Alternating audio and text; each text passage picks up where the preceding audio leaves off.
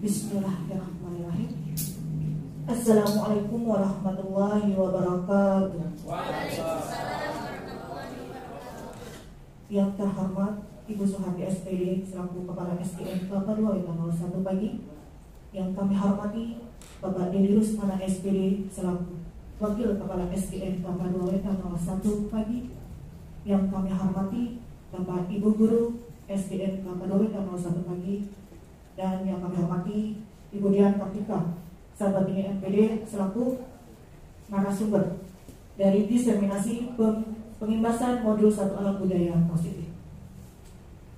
Pertama-tama marilah kita panjatkan puji syukur kehadirat Allah Subhanahu wa Ta'ala karena atas limpahan rahmatnya pada kesempatan kali ini kita dapat berkumpul di ruangan tercinta kita ini, di ruang guru dalam rangka diseminasi pengimbasan modul 1A budaya positif oleh Ibu Dian Kartika sahabat ini MPD. Tak lupa salawat serta salam kita junjungkan kepada Nabi besar kita, Nabi Muhammad SAW. Semoga kita mendapatkan syafaatnya di zaman akhir. Amin. Pada hadirin sekalian, pada kesempatan kali ini terima kasih kami ucapkan atas waktu yang telah Bapak Ibu sempatkan untuk kegiatan yang dilaksanakan oleh Ibu kita, teman kita, yaitu Ibu Dian Kartika sahabat ini dalam pelaksanaan diseminasi.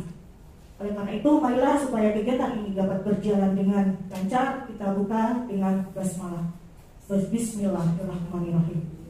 Acara selanjutnya yaitu menyanyikan lagu wajib nasional yaitu Indonesia Raya yang akan dipimpin oleh Ibu Pamela Mega. Kepada Ibu Pamela Mega dipersilakan.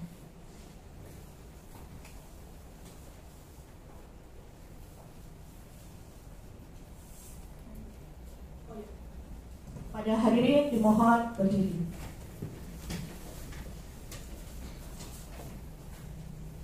Mari Bapak Ibu sebelum memulai pembahasan kita menyanyikan lagu wajib nasional Indonesia Raya. Hiduplah Indonesia Raya, 1, 2. Indonesia tanah airku, tanah tumpah darahku. Di sanalah aku berdiri, jadi pandu hidupku.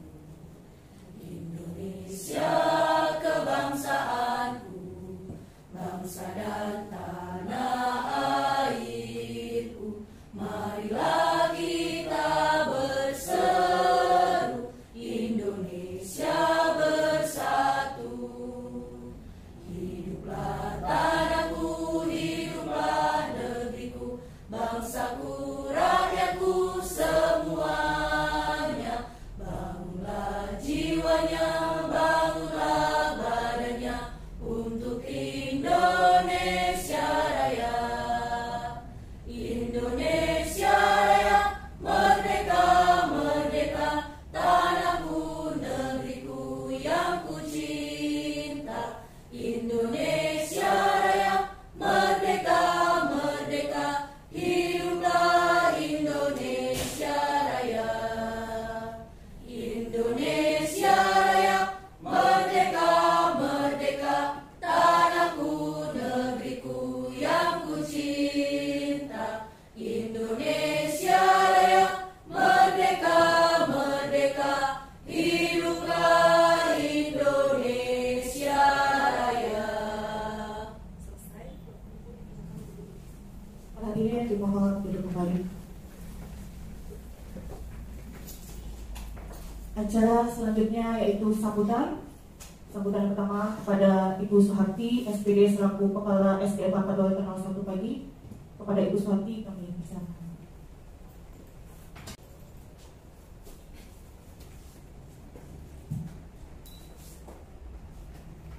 Terima kasih Bu Yeti selaku pembaca. Assalamualaikum warahmatullahi wabarakatuh. Waalaikumsalam warahmatullahi wabarakatuh. Yang saya hormati Pak Dedi Rusmana selaku Wakil Kepala Sekolah SDN Kelapa II tanggal 1 pagi. Yang saya hormati Bapak dan Ibu Guru, peserta pengimbasan atau diseminasi modul 1/4 budaya positif. Alhamdulillah puji syukur kehadirat Allah Subhanahu wa Ta'ala yang selalu memakan rahmat karunia kita semua, sehingga siang hari ini kita berkumpul di ruang guru, duduk bersama di sini, kita belajar bersama ya Bapak dan Ibu berkaitan kegiatan salah satu teman guru kita yang sedang mengikuti program calon guru penggerak, Ibu Dian Kartika Sabandini. Salawat serta salam selalu tidak lupa kita curahkan kepada Nabi kita Muhammad SAW. Semoga kita semuanya selalu mendapat syafaat dari beliau hingga yaumil qiyamah nanti. Amin ya rabbal alamin. Bapak Ibu sekalian, hari ini kegiatan kita adalah mengikuti pengimbasan modul 1/4. Ini terkait dengan kegiatan calon guru, salah satu kegiatan dari pelatihan calon guru penggerak yang sedang diikuti oleh teman kita Ibu Dian Kartika Sabandini. Terlepas dari tujuan yang banyak disampaikan pada saat saya ikut salah satu pengarahan waktu menjadi calon guru penggerak, tapi memang Bapak dan Ibu guru dituntut untuk lebih mengembangkan diri. Salah satunya dengan mengikuti program guru penggerak. Di sini dimulai dengan teman kita Ibu Dian Kartika. Ya Bapak Ibu ya. Jadi kedepannya Bapak Ibu dituntut untuk melakukan sebagai pendidik itu agen perubahan, kalau tidak salah begitu ya, sebagai guru penggerak. Nah, sudah dimulai oleh teman kita di angkatan 7. Kemudian angkatan 7 ya? Nah, angkatan 7. Untuk DKI kalau tidak salah itu kuotanya dari mulai dari angkatan 5. Ya, angkatan 5 sudah beberapa teman di Kemenkes itu sudah ada yang hampir menyelesaikan program guru penggeraknya. Nah, salah satu di angkatan 7 ini ada teman kita. Dan kemarin ada lagi pendataan untuk angkatan 9 dan 10. Bapak Ibu ada yang ikut? Ada satu sepertinya, Budiken, ya. Yang lain belum?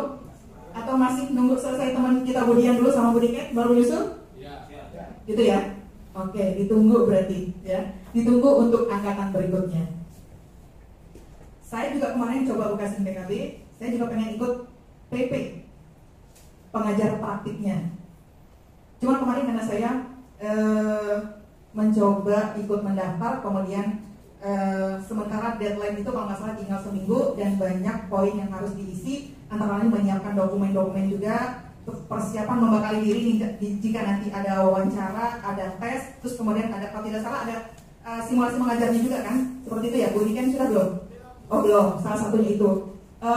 Sepertinya saya takutnya kurang persiapan, akhirnya saya nggak jadi daftar, nggak jadi mengklik daftarnya. Nah, kalau guru penggerak ternyata ada batas usia Bapak Ibu. Kalau sudah 50 ke atas sudah tidak bisa diklik guru penggeraknya. Ya, jadi ayo Bapak dan Ibu sebelum yang mencapai usia 50 atau yang sudah mau tipis-tipis mau 50 barangkali sudah dekat nih ya. Ada beberapa. Kemudian mungkin Pak Denny ya. Masih jauh ya? Oh baru 40. Oh baru 30. Jadi ternyata di sana ada batas usia kalau guru penggerak. Kalau sudah 50 udah nggak bisa dibuka, nggak bisa diklik. Hah? Siapa? Belum. Baru 30, tapi katanya laporan saya baru 30.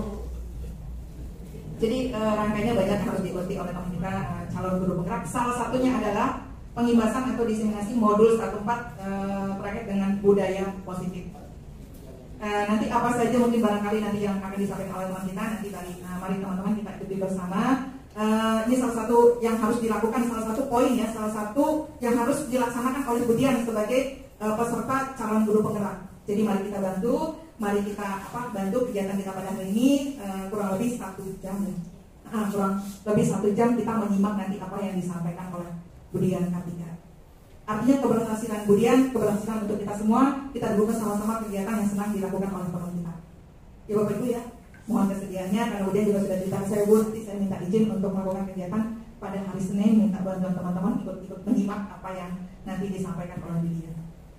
Sekali lagi selamat Bu Dian, semangat, mudah-mudahan semangatnya nular juga ke teman-teman yang lain di angkatan berikutnya bisa ikut semua, ke bawah semua menjadi guru penggerak, menjadi agen perubahan pendidikan. Terima kasih. Wassalamualaikum warahmatullahi wabarakatuh.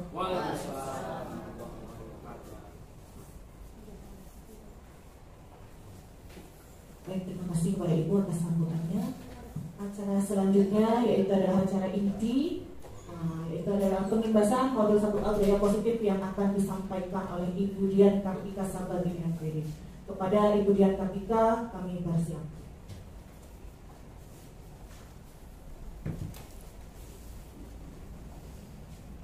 Terima kasih Bu Yeti atas waktu yang diberikan kepada saya.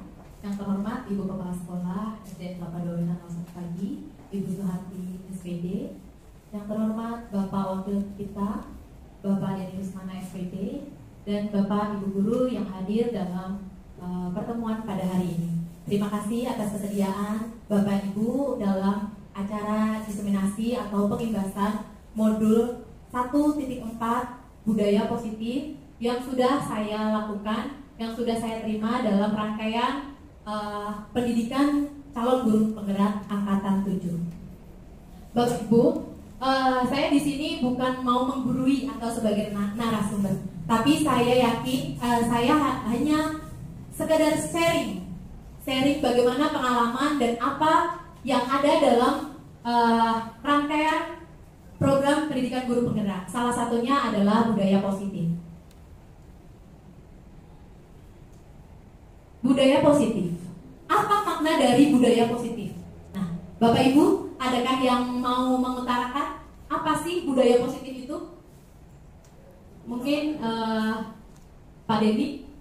Pak Denny, apa Pak Denny? Budaya positif menurut Pak Denny itu apa?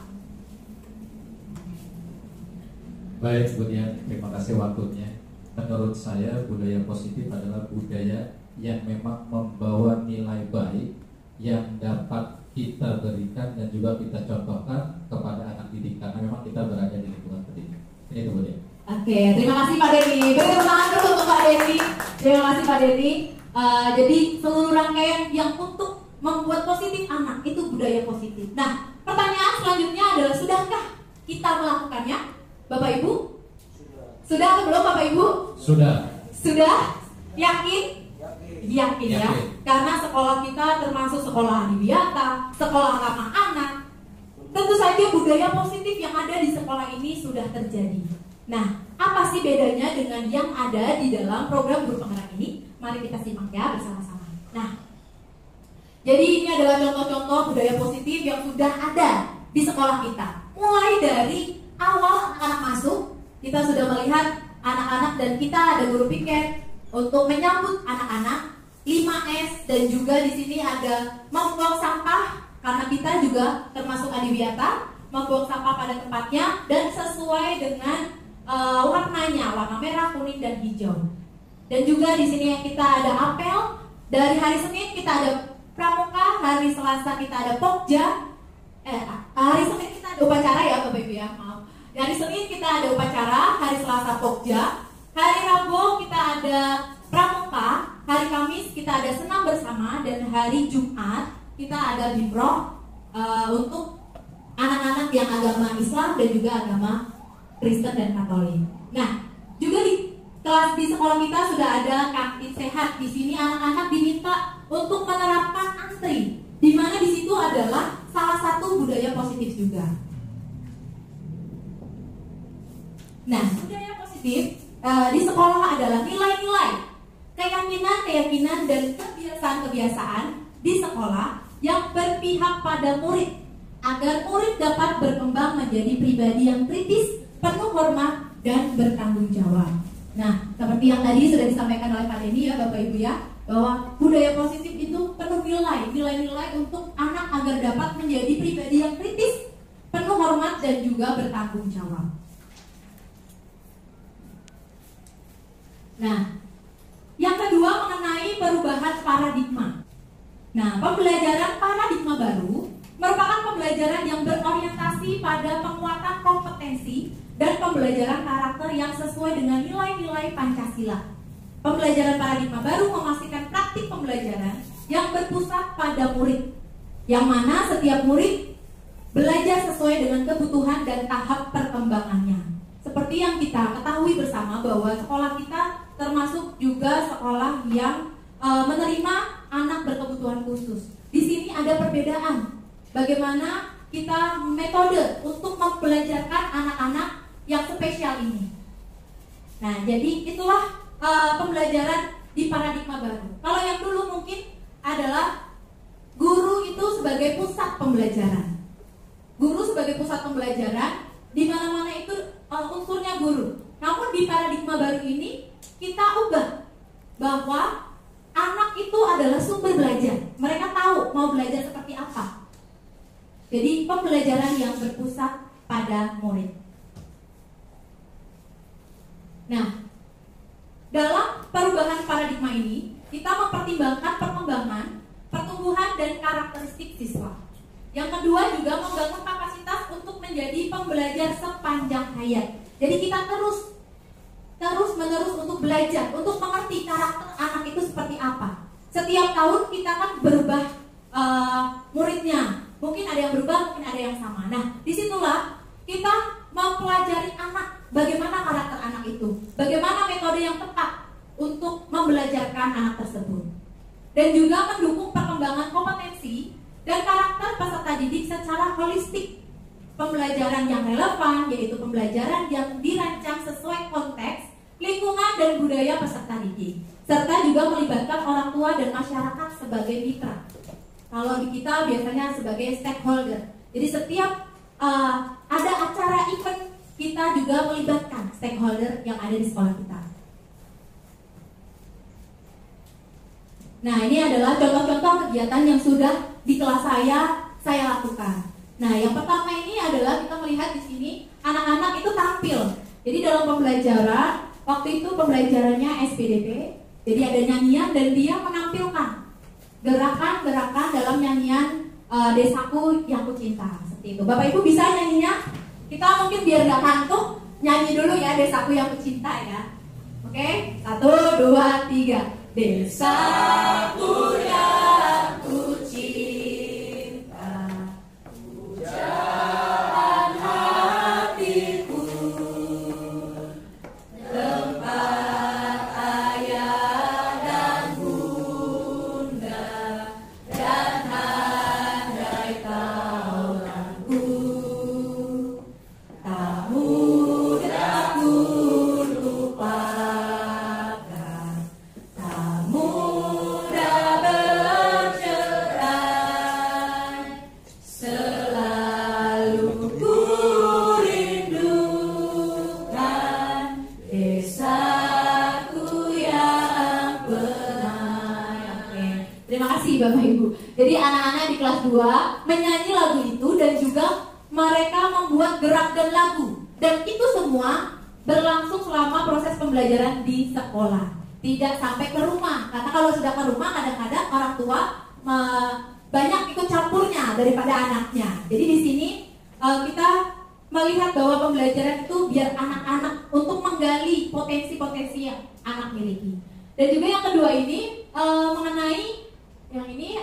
mengenai dia belajar tentang bilangan. Jadi mengurutkan bilangan. Mereka menggunakan kertas-kertas yang berwarna-warni untuk membuat bilangan. Lalu mereka misalnya yang ini sih ada si Fai menuliskan 112, si Sukma 113, si Angel 115, dan juga ada Sahel 116. Jadi dia berurutan. Tadinya mereka tidak berurutan.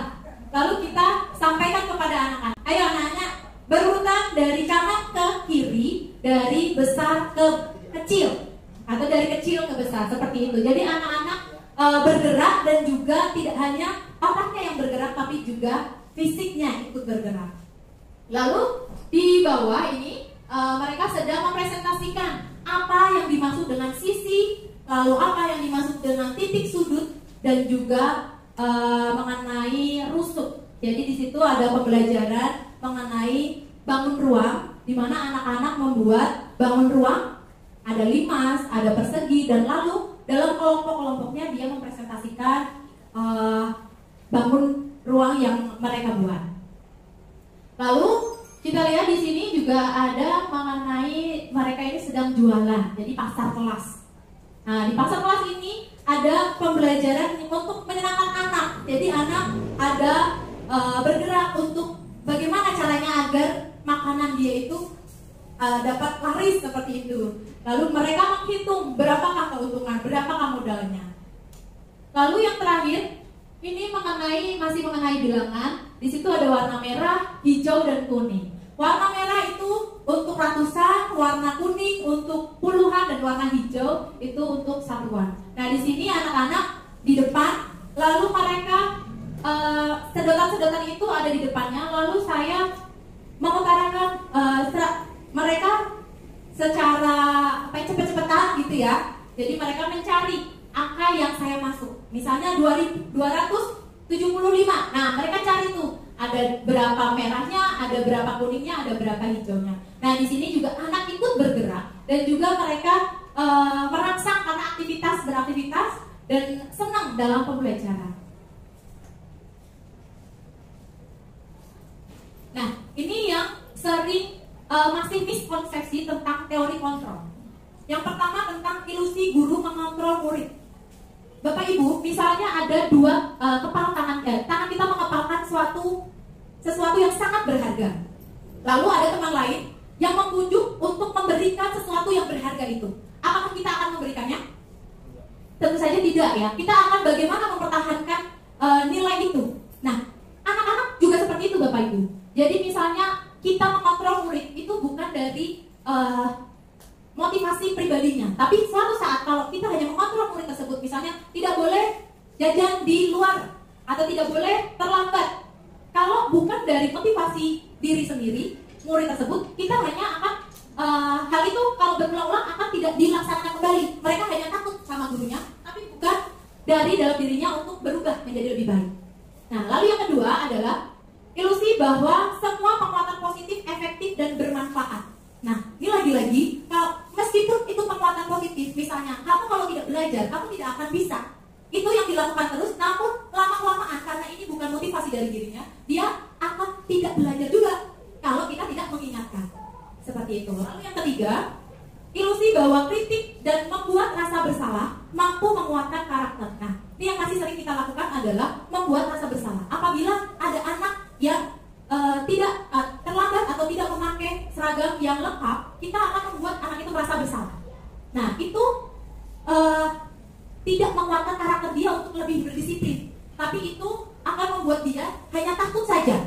Sehingga suatu saat kalau kita tidak ada, anak itu akan melakukan kesalahan yang sama. Yang keempat adalah ilusi bahwa orang dewasa berhak memaksa. Nah, ini juga kita melakukan penerapan disiplin atau budaya positif dengan meminta anak-anak menyuruh sebagai orang dewasa. Ini lama-kelamaan kalau kita tidak ada, anak itu juga tidak akan melakukan.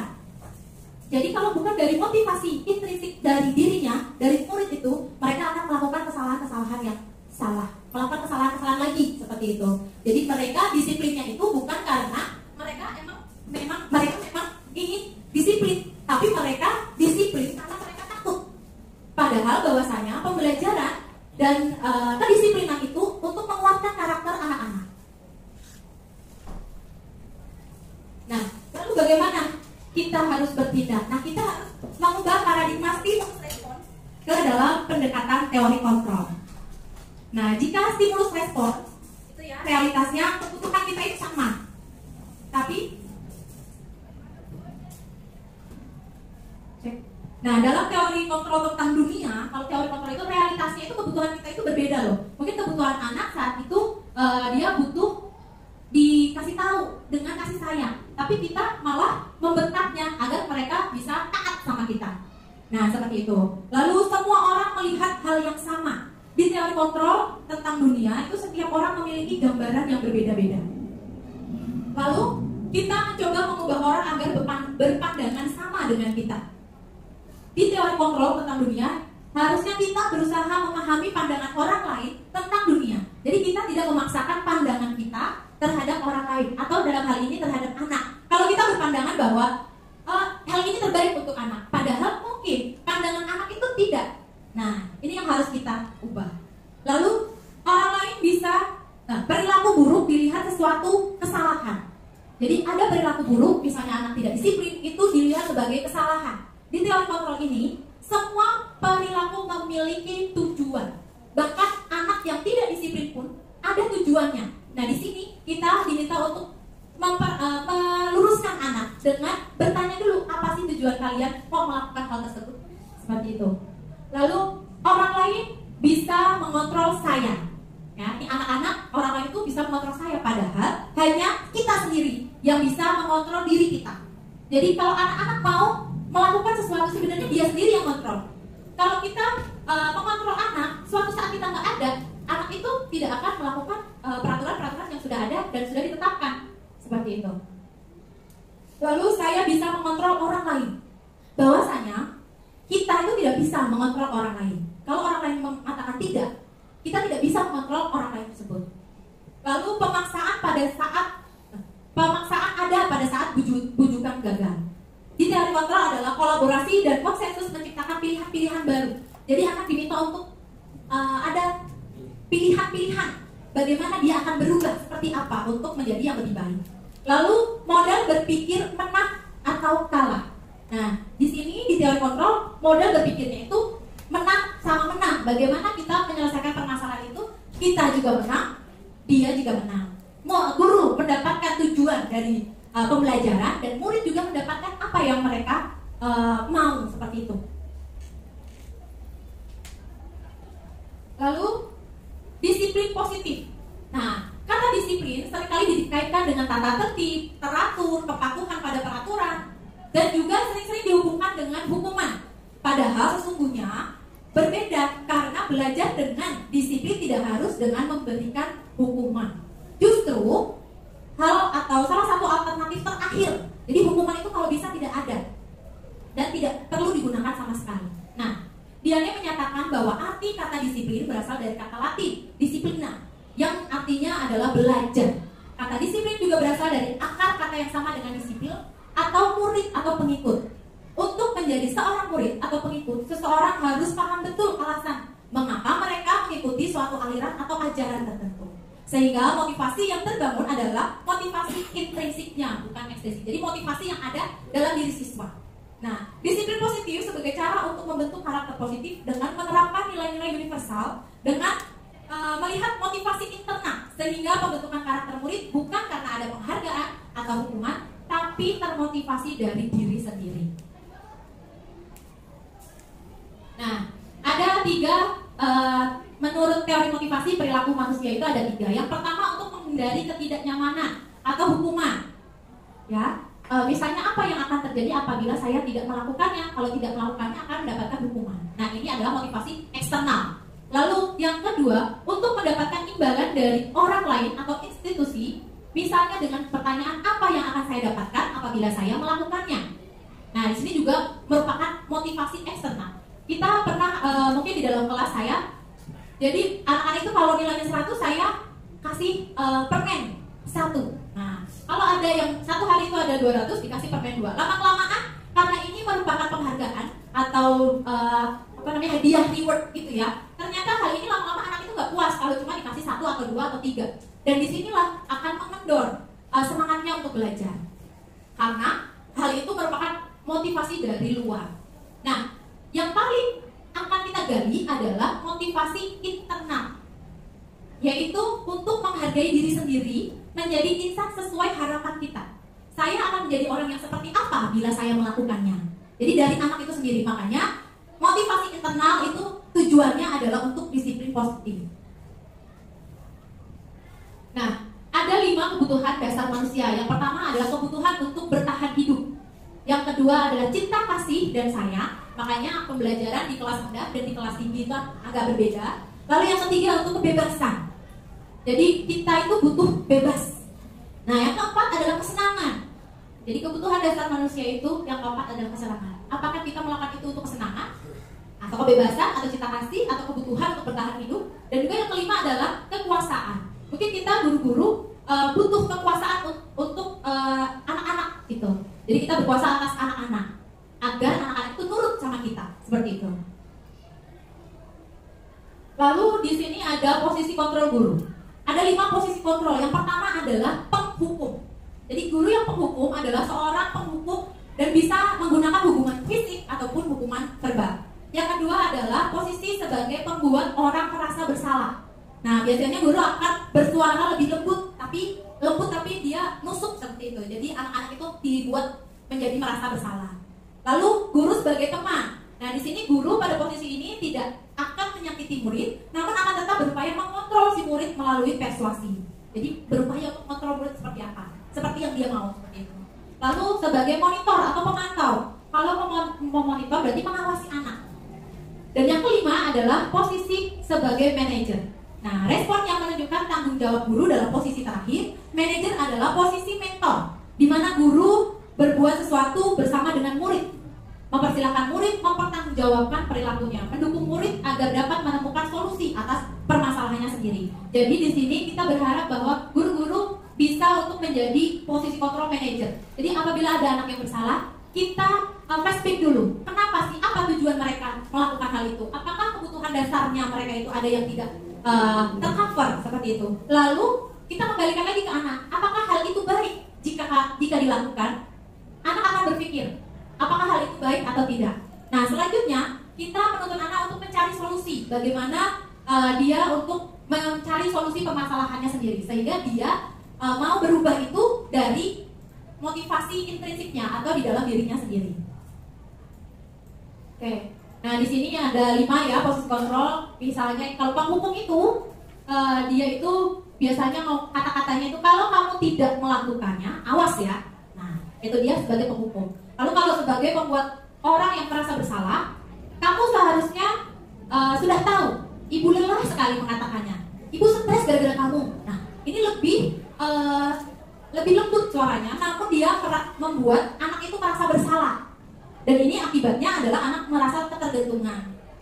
Lalu sebagai pemantau, nah kalau sebagai pemantau anak-anak disuruh berpikir kembali apa peraturannya yang ada.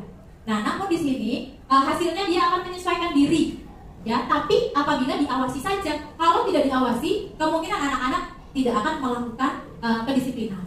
Lalu apabila menjadi manajer, nah di sini yang sudah saya utarakan tadi, dia akan bertanya apa yang kita yakini, apa yang bisa kamu kerjakan untuk memperbaiki masalah ini. Jadi anak diminta untuk berpikir juga apa sih solusi dari permasalahan yang ada oleh anak.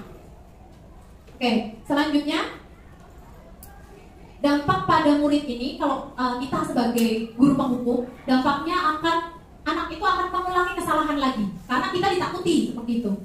Nah, apabila kita sebagai pembuat orang yang merasa bersalah, jadi anak-anak itu akan menjadi rendah diri. Jadi dia akan melakukan apa-apa itu dia merasa rendah diri. Oh, aku sudah dicap seperti ini. Jadi dia tidak berani untuk mengeksplor potensi yang ada di dirinya. Lalu apabila kita sebagai teman, nah dampak pada muridnya itu dia jadi lemah, tidak mandiri dan ketergantungan terhadap kita. Karena apa-apa sudah disolusi dengan kita. Jadi dia itu merasa karena teman, sama-sama teman, dia enjoy aja seperti itu. Lalu apabila sebagai pemantau, dampak yang terjadi pada murid adalah memiliki pada sosial atau hadiah untuk dirinya. Jadi dia itu ingin menitik beratkan pada sanksi atau hadiah untuk dirinya. Jadi dia melakukannya itu kalau ada hadiah atau ada sanksinya nih, reward and punishment seperti itu. Lalu apabila kita sebagai guru manajer, dampak yang terjadi pada murid adalah murid itu akan mengevaluasi dirinya sendiri. Bagaimana cara dia memperbaikinya. Jadi murid akan merefleksikan apa yang sudah dia lakukan dan dia akan memperbaiki diri. Nah, selanjutnya adalah keyakinan kelas. Mengapa sih harus ada keyakinan kelas? Tidak hanya peraturan kelas saja. Jadi keyakinan kelas itu Bapak Ibu, jadi diturunkan dari peraturan kelas. Kalau sudah ada peraturan kelas, peraturan sekolah, dari peraturan-peraturan tersebut kita breakdown lagi menjadi keyakinan kelas. Di mana keyakinan kelas ini dibuat bersama-sama dengan murid. Nah, apabila peraturan kelas sudah ada dan keyakinan kelas ada, lingkungan pun menjadi lebih positif dan budaya positif tersebut akan tercapai. Selanjutnya, keyakinan kelas yaitu nilai-nilai kebaikan yang murid yakini yang dapat diterapkan di kelas. Keyakinan murid akan sesuatu nilai inilah yang digunakan untuk mengontrol mereka sendiri agar lebih bertanggung jawab dan dapat menguatkan karakter mereka. Jadi dibalikan lagi, keyakinan itu kan berarti sama-sama yang kita yakini, sama-sama ada di dalam lubuk hati anak-anak nih. Kan kita sudah meyakini kalau kita itu, keyakinan kita itu harus jujur. Berarti dalam ulangan kalau ada yang tidak jujur, kita balikan lagi. Kemarin kan keyakinan kelas kita kan jujur. Terus kamu, apa yang kamu lakukan sekarang? Oh, saya tidak jujur, Bu. Lalu apa yang harus kamu lakukan? Nah, dibalikan lagi ke murid. Seperti itu. Nah, dalam membuat keyakinan kelas, yaitu keyakinan kelas itu harus bersifat lebih abstrak dari peraturan. Lalu berupa pernyataan-pernyataan yang universal. Pernyataan dibuat dalam bentuk positif, lalu tidak terlalu banyak sehingga mudah diingat dan dipahami oleh semua warga kelas. Jadi tidak usah banyak-banyak untuk membuat keyakinan kelas, karena ini berbeda dengan peraturan kelas. Lalu yang kelima, sesuai dengan kondisinya. Yang keenam, semua warga kelas hendaknya ikut berkontribusi dalam pembuatan. Yang ketujuh, keyakinan kelas lewat kegiatan curah pendapat. Jadi berpendapat dulu anak-anak nih. Lalu yang kedelapan, bersedia meninjau kembali keyakinan kelas dari waktu ke waktu. Mungkin keyakinan kelas yang sudah ada itu ternyata kurang atau kelebihan, atau kita ubah. Nah, jadi keyakinan kelas itu bisa diubah. Nah, ini adalah keyakinan kelas 2B yang sudah saya lakukan sama anak-anak. Sudah kita bercurah pendapat, anak-anak sudah meyakini. Jadi anak-anak itu menuliskan apa saja sih yang pengen kita yakini untuk kelas kita. Dari sekian banyak itu kita kelompok-kelompokkan. Jadilah ada 5 keyakinan kelas yang ada di kelas 2B atau kelas saya. Yaitu yang pertama jujur, tertib, percaya diri, disiplin, dan kerjasama. Nah, di sini adalah yang terakhir nih Bapak Ibu, tentang segitiga restitusi. Restitusi adalah proses menciptakan kondisi bagi murid untuk memperbaiki kesalahan mereka, sehingga mereka bisa kembali pada kelompok mereka dengan karakter yang lebih kuat.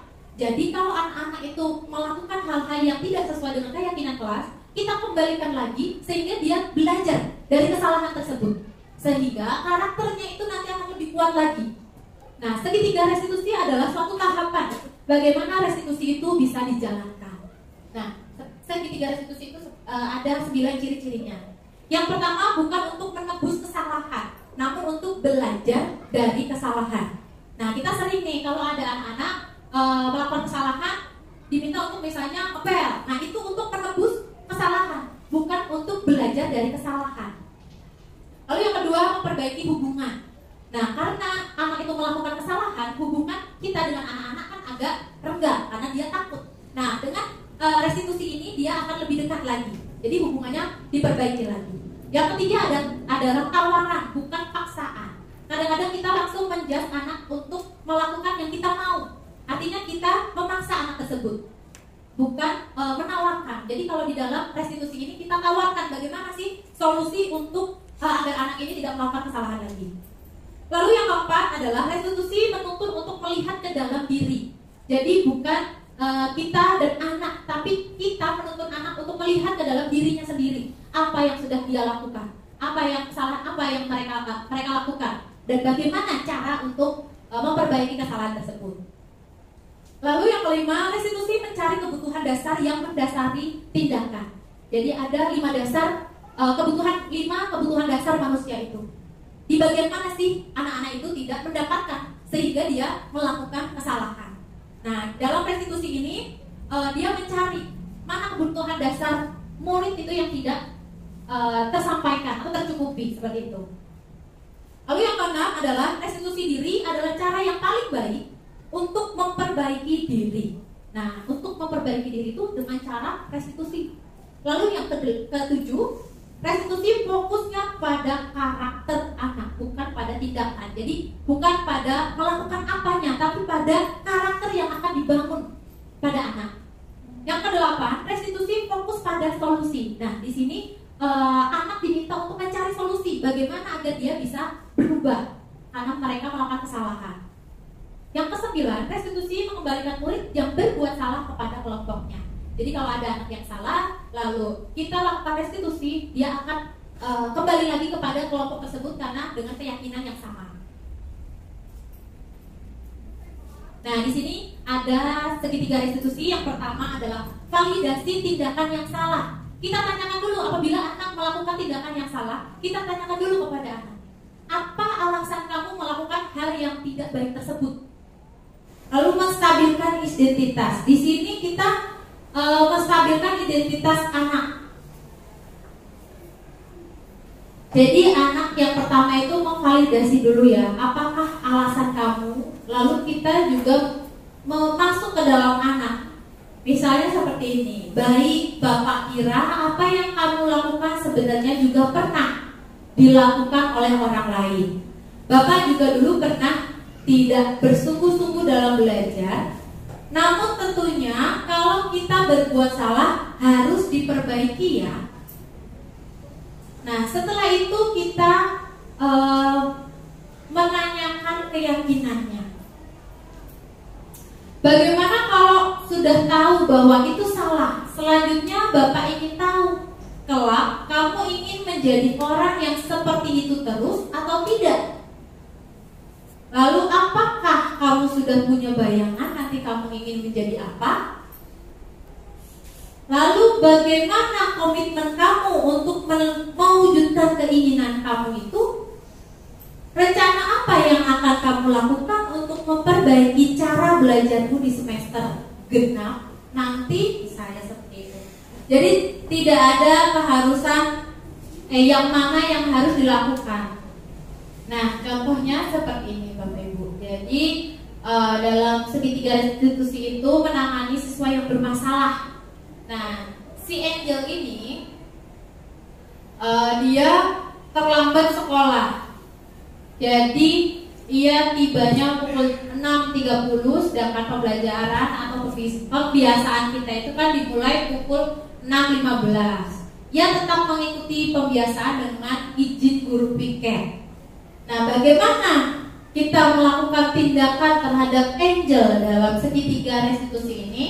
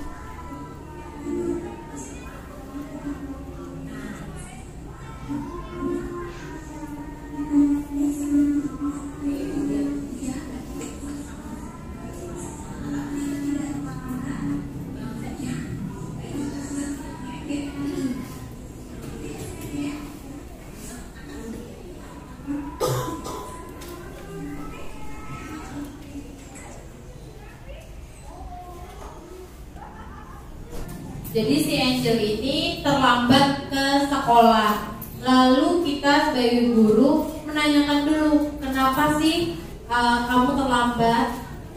Nah, lalu kita menstabilkan identitas dia ya. Jadi kita juga pernah melakukan hal yang sama. Nah, setelah itu kita kembalikan lagi, kenapa apa sih keyakinan yang kita lakukan, keyakinan dari kelas. Jadi balik lagi ke segitiga restitusi Bapak Ibu. Jadi kita tadi memvalidasi tindakan yang salah dulu.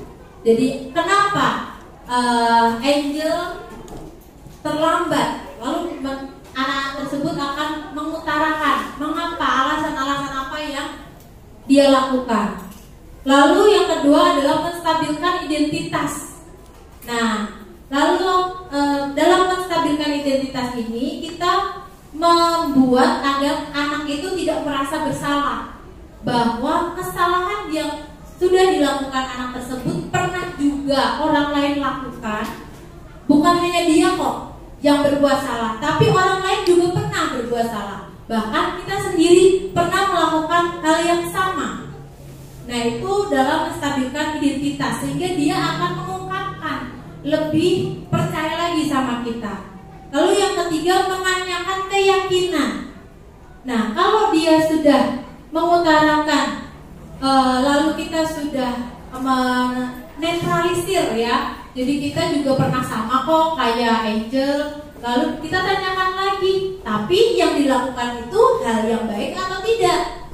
Jadi anak akan merekod kembali apa keyakinan yang sudah disepakati di kelas. Nah, lalu anak akan mengerti apa kesalahan dia. Lalu kita tanyakan lagi, kalau seperti itu, apa yang bisa kita lakukan atau apa yang bisa Angel lakukan? Apakah akan terlambat terus? Apakah terlambat terus itu sesuatu hal yang baik? Nah, dia akan berpikir, oh berarti aku harus begini bu, berarti aku harus begini bu, seperti itu. Lalu setelah itu, nah kita tanyakan lagi, mau kapan kamu lakukan hal seperti itu untuk memperbaiki kesalahan kamu? Nah, dia akan menjawab mungkin besok, mungkin sekarang. Nah, seperti itu. Lalu kita tekankan lagi ke anak. Berarti Angel besok tidak terlambat lagi ya. Nah, seperti itu. Mungkin itu saja Bapak Ibu yang dapat saya sampaikan. Terima kasih. Mohon maaf apabila ada kesalahan, tutur kata yang tidak pantas dalam saya menyampaikan diseminasi mengenai budaya positif ini. Terima kasih.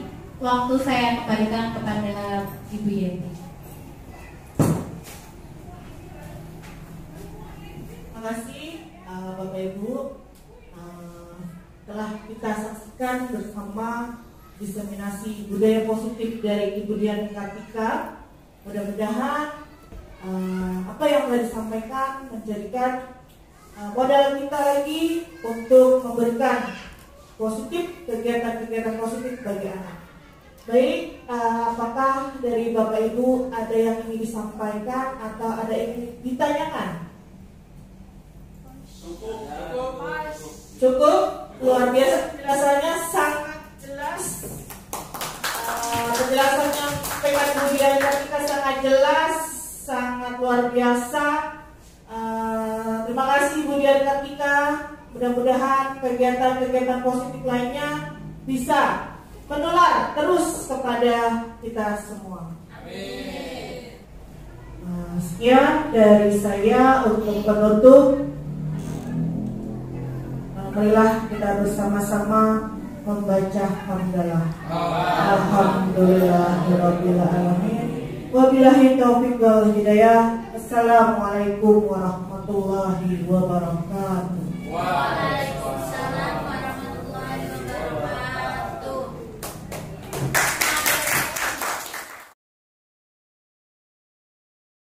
Assalamualaikum. Waalaikumsalam. Apa kabar semuanya? Sehat, cerdas, luar biasa. Yes.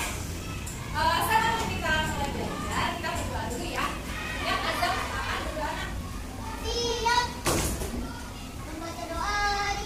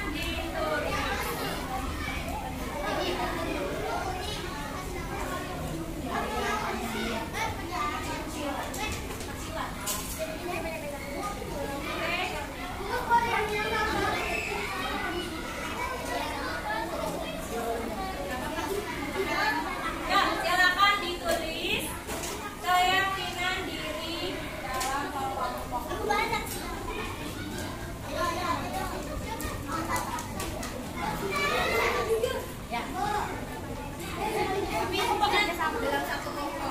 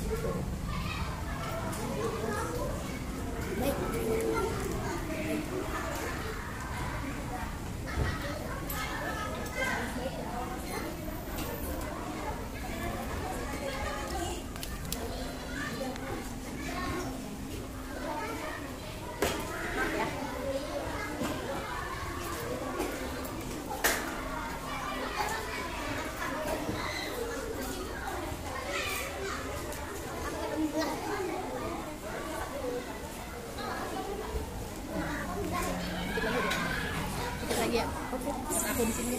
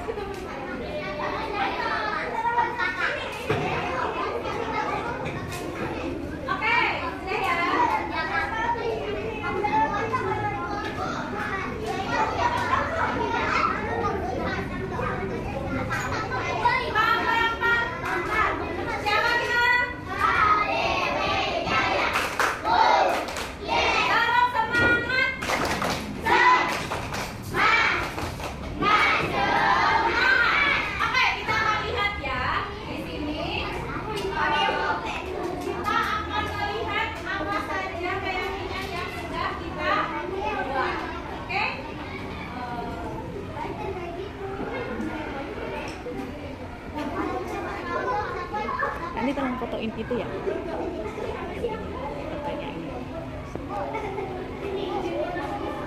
Oke, coba kita lihat sekarang bersama-sama. Di sini ada saya berjanji akan memaafkan teman karena saya berbuat salah. Oke, teratur, tertib, disiplin, berjanji. Ini berjanji apa nih? Belum ya, jadi kemudian ambil. Terus di sini ada tertib, sama ya tertib ya. Disiplin.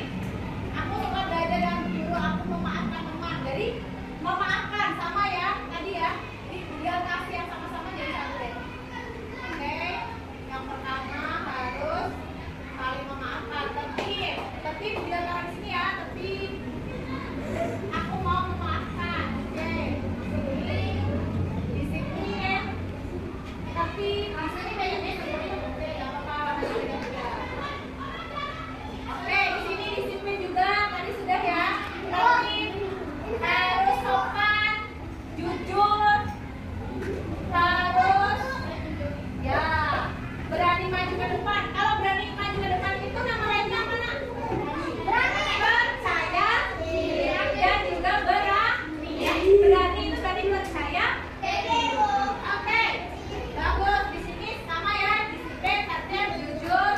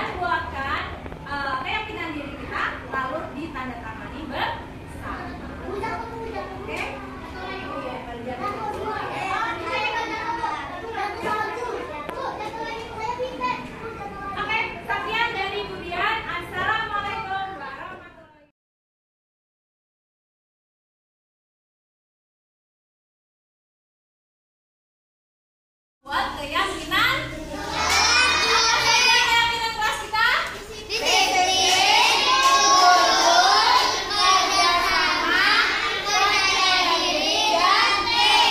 Oke, kita sepakati bersama dengan cara menandatangani keyakinan kelas. Oke, yuk coba Slavina, silakan maju ke depan untuk tanda tangan. Oke. Setelah itu, Keisha.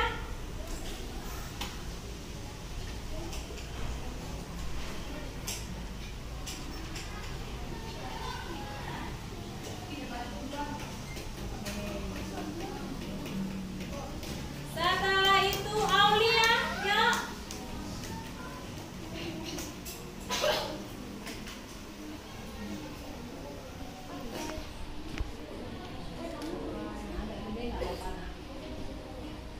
Raihan, silakan Raihan.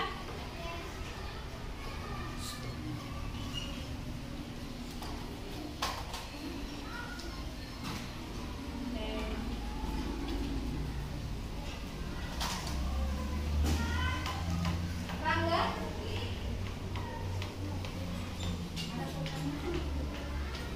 Ada ya?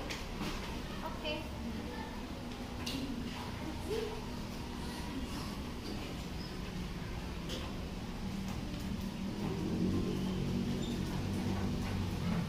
Jasmine.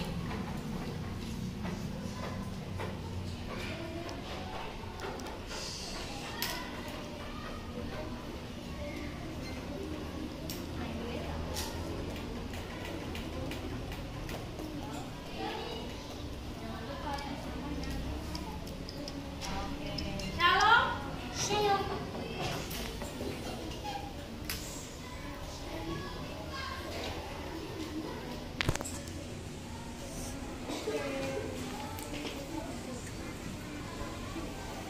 Alifa.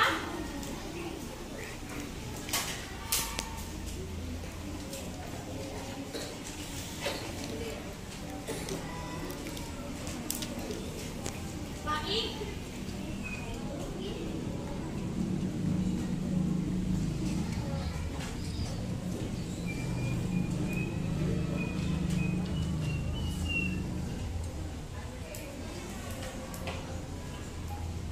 Rizka.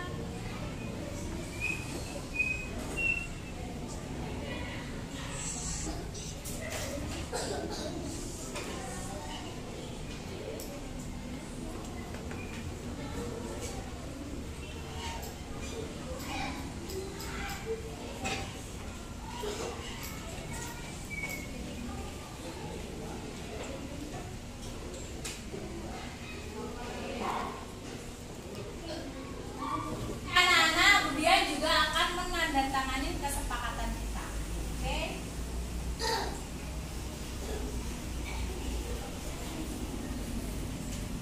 Nah, ini keyakinan kelas kita. Nah, ini keyakinan kelas kita oleh Ibu Kepala Sekolah. Beri tepuk tangan juga untuk Ibu Kepala Sekolah.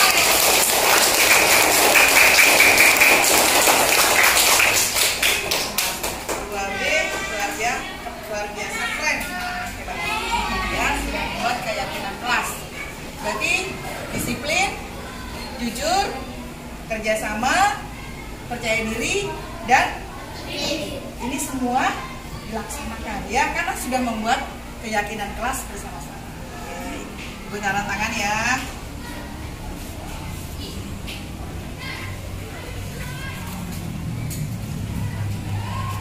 Ya, kita beri tepuk tangan untuk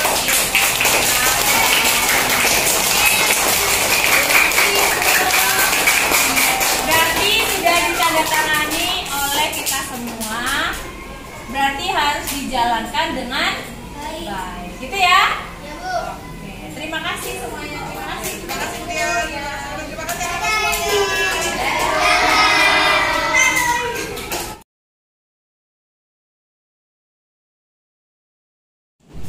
Bismillahirrahmanirrahim. Assalamualaikum warahmatullahi wabarakatuh. Pada hari ini tadi dilaksanakan kegiatan diseminasi oleh Bu Dian Kartika Sabatini selaku peserta pelatihan calon guru penggerak angkatan ke-7. Pada hari ini yang disampaikan di hadapan teman-teman guru tadi, teman-teman sejawat, adalah budaya positif. Nah, artinya di sini budaya positif yang sudah Budian lakukan di kelasnya tersendiri pada saat kegiatan belajar mengajar. Membangkitkan budaya positif berarti kebiasaan-kebiasaan yang baik yang harus dilaksanakan oleh setiap guru atau setiap pendidik. Di sana banyak tadi diberikan contoh-contoh budaya positif, antara lain membentuk budaya kelas atau kebiasaan kelas atau keyakinan kelas, mungkin barangkali tadi yang diuraikan di sana. Yang bisa saya tangkap adalah bahwa dengan kegiatan desiminasi dari calon guru penggerak itu membawa dampak luar biasa buat teman-teman, membangkitkan teman-teman untuk juga mengarah ke perubahan, ya, menjadi motor penggerak untuk anak didik, karena kedepannya pendidikan berdasarkan pada aktivitas siswa atau pada murid seperti itu. Nah, tadi teman-teman kurang lebih 1 jam itu kemudian artinya tidak memberikan dalam sebut mengguri, tapi sharing bersama kegiatan, salah satu kegiatan dari pelatihan guru penggerak. Sukses terus Budian, bangkitkan semangat teman-teman untuk ikut mendaftar atau ikut dalam semangat guru penggerak. Kedepannya makin maju dan sukses terus. Terima kasih. Baik, terima kasih untuk Budian atas kesempatannya merefleksikan hasil desiminasi yang telah Budian berikan pada kami semua di sini, rekan sejawat di SDN Kelapa II 01 Pagi. Menurut saya pribadi, desiminasi yang diberikan oleh Budian yang di-sharing ke kami semua tentu saja sangat bermanfaat. Kami bisa mengambil nilai-nilai budaya positif yang Budian sudah terapkan kepada kelasnya sendiri, dan kedepannya apabila terjadi hal-hal yang mengingkar dari budaya positif, kami bisa mengaplikasikannya ke murid kami sendiri di kelas. Sukses terus untuk Budian, CGP Angkatan 7 bisa. Terima kasih. Terima kasih saya ucapkan kepada Ibu Dian Kartika Sabat ini atas waktunya dan kesempatannya telah menjelaskan kepada kami tentang budaya positif di sekolah. Kami jadi lebih memahami bahwa adanya peraturan kelas, keyakinan kelas, lingkungan positif hingga menjadi budaya positif amat sangat penting untuk diterapkan di sekolah. Oleh karena itu, dengan adanya presentasi ini, kami berharap semua warga sekolah bisa melaksanakan budaya positif sehingga bisa menghasilkan generasi yang mumpuni, generasi yang kompeten, hingga akhirnya bisa menjadi generasi emas di tahun-tahun berikutnya. KDW 1, yes, the best, ting. Terima kasih.